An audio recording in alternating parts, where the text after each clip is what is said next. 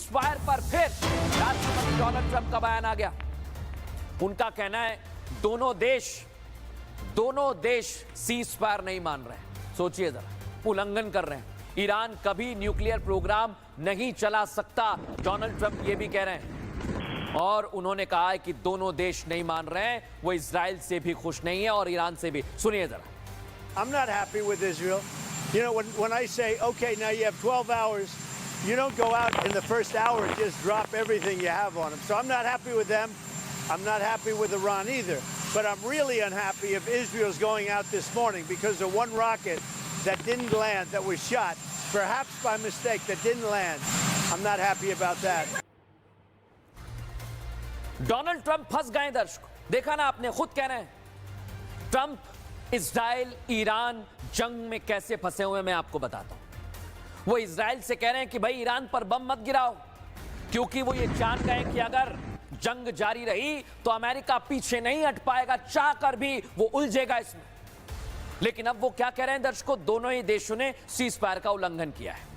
Trump समझ नहीं पा रहे हैं कि जिस दोराहे पर आकर वो खड़े हो गए, अब जाएं तो जाएं कहां। ये पुतिन का जाल है, मैं फिर कह रहा हूं, क्योंकि उनका बड़बोलापन उन पर भारी पड़ रहा है दर्शकों। बिना सोचे समझे पहले तो उन्होंने अमेरिकी बेस पर ईरानी हमले के बाद सीज फायर का ऐलान कर दिया। ये देखिए आप, ईरान ने इजराइल पर हमले नहीं रोके उसके बावजूद।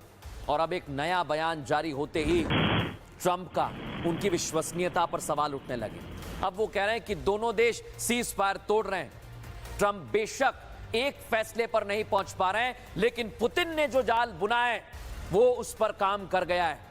ईरान समझ चुका है कि उसे क्या करना है। वो पूरी तरह से पुतिन के साथ है, आपसी तालमेल बैठा कर आगे बढ़ रहा है।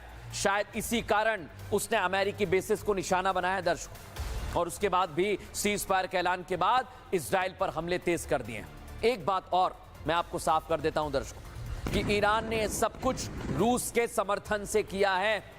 इसके पीछे का पूरा सीक्वेंस अगर मैं आपको बताऊंगा तो आप समझ जाएंगे। रुक जाइए थोड़ी देर के लिए, आप समझेंगे बीते 24 घंटे में जो हुआ है उसके पीछे की पूरी पिक्चर क्या है। उस पिक्चर के हीरो हैं पुतिन दर्शकों। मैं मजाक नहीं कर रहा हूं। क्यों है, कैसे हैं, ये जरा आपको विस्तार से समझाता हूं। रूस ने ईरानी विदेश मंत्री अब्बास अराक्ची मुलाकात के लिए पहुंचते हैं पुतिन से। 23 जून को पुतिन से अब्बास अराक्ची की मुलाकात हुई। और पुतिन से मुलाकात के कुछ देर बाद दर्शकों, ईरान ने अमेरिकी बेसिस पर हमला कर दिया। ईरान ने 3 अमेरिकी बेसिस पर मिसाइलें दागी। और पुतिन पहले ही अमेरिका को चेतावनी दे चुके थे। उन्होंने चेताया था, याद है ना आपको, कि अमेरिका अगर सीधे युद्ध में कूदा तो बवाल मचेगा। अमेरिकी हमले के बाद से मिडिल ईस्ट में क्या हो रहा है, बवाल मचा हुआ है। और इसी वजह से मैं कह रहा हूं कि पुतिन का यह पूरा प्लान है। एक बड़ी जानकारी आपको दे रहा हूं, ईरान इजराइल युद्ध विराम पर रूस का पहला बयान भी सामने आ गया। यह बयान मोहर लगा रहा है दर्शकों हमारी रिपोर्ट पर। रूस के मंत्री हैं सर्गेई लावरोव, और यह बहुत बड़ी बात कह रहे हैं वो। मैं आपको बता रहा हूं, उनका कहना है युद्ध कब तक चलेगा यह कहना तो मुश्किल है, लेकिन सीज फायर को लेकर कह दिया है। ये कब तक चलेगा नहीं जानते हैं।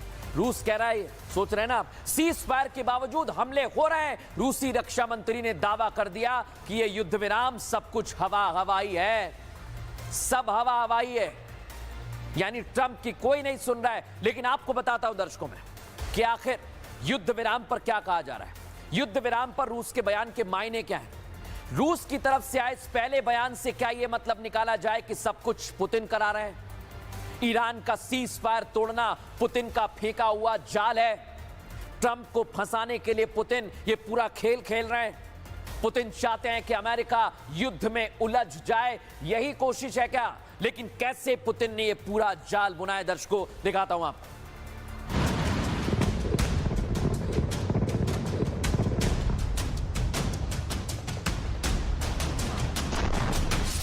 रूस को जिस क्षण का इंतजार था, अमेरिका ने ईरान के परमाणु ठिकानों पर हमला कर वही गलती कर दी।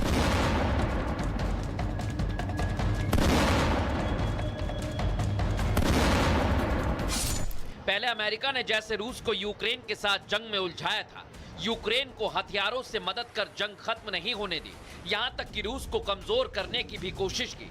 अब रूस वैसे ही ईरान की मदद कर अमेरिका को जंग में खींचना चाहता है। रूस की तरफ से ईरान के परमाणु प्रोग्राम की न सिर्फ वकालत की गई, बल्कि ईरान को परमाणु हथियारों का ऑफर भी दिया गया। रूस की तरफ से मिली मदद के बाद ईरान ने अमेरिकी सैन्य बेस को निशाना बनाना शुरू कर दिया। ईरान इजराइल युद्ध में फाइनली एक रशिया की एंट्री जो बची हुई थी वो आ गई। ईरान के फॉरेन